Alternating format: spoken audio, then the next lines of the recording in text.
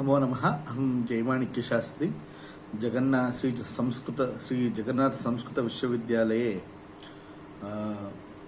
असोसिएट् professor भवामि। अत्र जात्याकृत्योः भेदाभेदचिन्ता इत्यस्मिन् विषये पूर्वम् अस्माभिः किञ्चित् दृष्टम्। इदानीं द्वितीयभागे किञ्चित् विचारः क्रियते। व्यक्तिमात्रस्य पदवाच्यत्वनिरूपणम्। तत्र आकृतिवादिनः तावदाहुः प्रयोग-प्रतिपत्तिभ्यां किल शब्दार्थ निश्चयः। आकृतिवादी कहते हैं प्रयोग और प्रतिपत्ति के द्वारा शब्द से अर्थ का निश्चय होता है।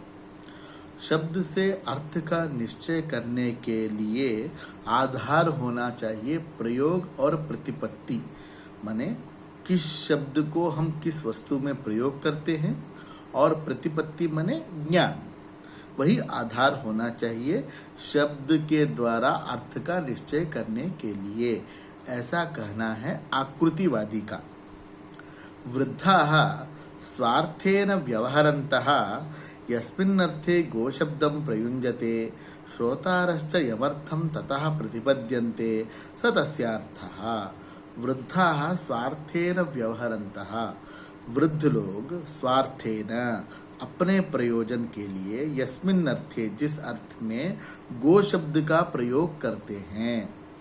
श्रोतारश्च यमर्थम ततः प्रतिपद्यन्ते, श्रोता भी जिस अर्थ को उस शब्द के द्वारा समझते हैं वह उस शब्द का अर्थ है। ये एक बहुत ही अच्छा लक्षण है। ये वृद्धाः स्वार्थेन व्यवहरन्तः यस्मिन्नर्थे गोशब्दं प्रयुञ्जते श्रोतारश्च यमर्थं ततः प्रतिपद्यन्ते स तस्यार्थः।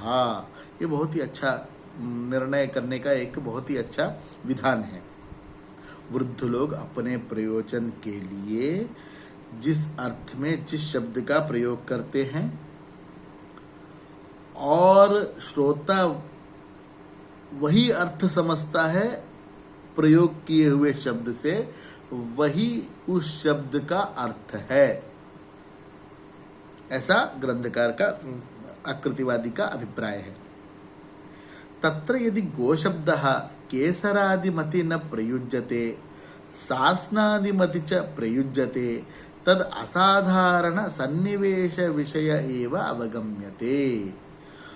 तो जब गो शब्द का प्रयोग किया गया वह केसरादिमति न प्रयुज्यते। केसरादिमति माने होता है कंठ पर बाल होना। कंठ पर बाल किसका होता है? अश्व का होता है। केसरादिमान अश्वः, तो अश्व में होता है वो। सास्नादिमति च न प्रयुज्यते, सास्नादिमति च प्रयुज्यते। यदि गोशब्दः केसरादिमति न प्रयुज्यते सास्नादिमति च प्रयुज्यते तद असाधारण सन्निवेश विषय एव अवगम्यते। गो शब्द जो है सास्ना केसरादिमति में प्रयुक्त नहीं हुआ है। किसमें प्रयुक्त हुआ है? सास्नादिमति में प्रयुक्त हुआ है। सास्नादिमत जो है गौ का लक्षण है। असाधारण धर्म जो है वही लक्षण होता है। तो असाधारण क्या है? असाधारण धर्म क्या है गाय का? शासनादिमत्व होना, शासनाधिपति होना ही। उच्च प्रयुज्यते तद असाधारण सन्निवेश विषय एव अवगम्यते। वह को हम कैसे समझ पाते हैं कि गो शब्द जो है केसरादिमति में प्रयुक्त नहीं हुआ है अपितु शासनादिमति में ही प्रयुक्त हुआ? ये कैसे हम समझ पाते हैं? वह अवयव सन्निवेश के द्वारा ही हम समझ पाते हैं। अवयव सन्निवेश के विषय के द्वारा ही हम समझ पाते। सन्निवेश विषय एवं अवगम्यते। प्रत्यक्ष विषय ग्रंथकार कहते हैं प्रत्यक्ष विषये गौरित्यादि पदम प्रयुज्यते प्रत्यक्षंच आकृति विषयम अश्वपिंड सन्निवेशात् विलक्षणो हि गोपिंड सन्निवेश इंद्रियेण प्रतीयते तत्कृतमेव वस्तुषु इतरेतर वैलक्षण्यम। क्या हुआ? गो शब्द का प्रयोग किया गया, फिर प्रत्यक्ष हुआ। तो प्रत्यक्ष के द्वारा हमने प्रयोग किया, ठीक है। प्रत्यक्ष गौर इत्यादि पदम प्रत्यक्ष विषय गौर प्रत्यक्ष विषय में गौ इत्यादि पद का प्रयोग किया। प्रत्यक्ष क्या है? आकृति विषय। हाँ, तो वह क्या है? वह आश्वपिंड से वह विलक्षण है। वह जो सन्निवेश हमें जो दिख रहा है, प्रत्यक्ष विषय गौर इत्यादि पदम प्रयुज्यते। प्रत्यक्ष विषय में गौ इत्यादि पद का प्रयोग किया गया। प्रत्यक्षम च आकृति विषयम। प्रत्यक्ष क्या है? आकृति विषय है। वो विषय कैसा है? अश्वपिंड सन्निवेशाद विलक्षणो ही।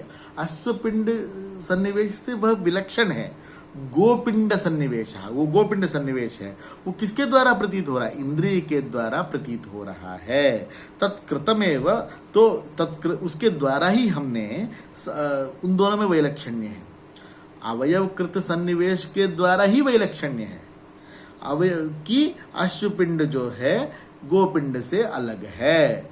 यह क्या है? यह अवयव सन्निवेश के विषय के द्वारा ही हम इसको समझ रहे हैं।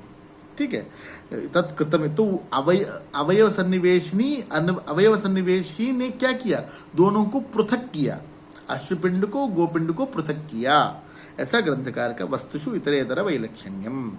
अतः प्रत्यक्ष विषये पदम प्रवर्तमानम आकृतावेव वर्तितुम अर्हति। अतः प्रत्यक्ष विषय में जो पद प्रवर्तमान है वह आकृति में ही रह सकता है, वह आकृति में ही स्थित हो सकता है।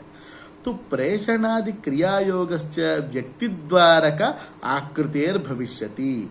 प्रेषण इत्यादि जो क्रियाएं हैं वह व्यक्ति द्वारक होती हैं। वस्तुतः वो किसका होता है? आकृति का ही होता है, लेकिन वह व्यक्ति द्वारक होती है। प्रेषणादि क्रियाएं गामानया अश्वंबधाना, ऐसे है ना, ऐसे जो प्रयोग है, ऐसे जो प्रयोग है वह क्या होते हैं? वो सब जो प्रयोग वह व्यक्ति द्वारक ही होते हैं। वह व्यक्ति द्वारक ही होते हैं। व्यक्ति द्वारक आकृति का ही होता है, न कि व्यक्ति का। ऐसा आकृतिवादी कहते हैं। तत्रोक्तम, तो उसका खंडन कर रहे हैं। तदयुक्तम प्रति व्यक्ति भिन्न संस्थान दर्शनात् आनंत्य व्यभिचाराभ्याम संबंध ज्ञप्त्य संभवात्। तदयुक्तम, नहीं वो ठीक नहीं है। प्रति व्यक्ति भिन्न संस्थान दर्शनात्, आपने कहा ना कि आकृति के द्वारा ही हमें ग्रहण करना चाहिए। इतरेतर वैलक्षण्य जो आकृति के द्वारा ही होता है। तो क्रिया इत्यादि कहाँ होते हैं? आकृति में ही होते हैं। आपने ये कहा ना, करा वो ठीक नहीं है। क्यों नहीं है?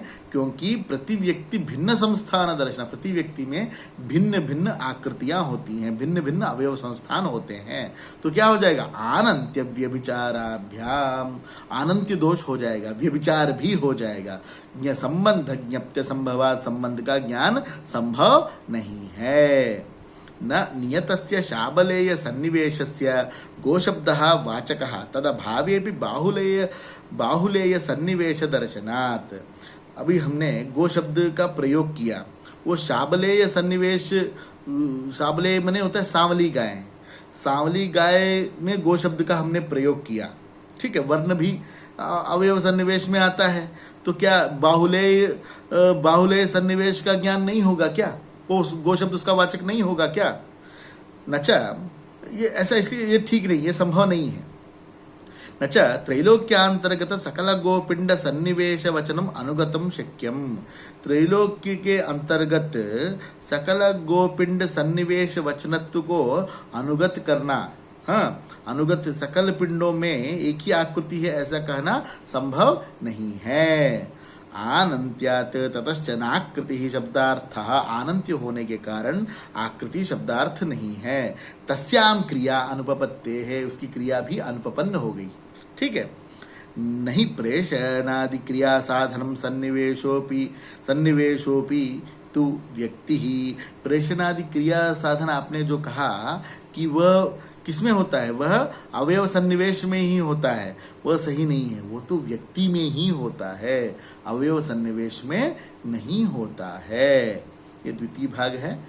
तृतीय भाग का हम लोग फिर पुनः अध्ययन करेंगे। चित्ते चित्वा विरम्यते विस्तरात्।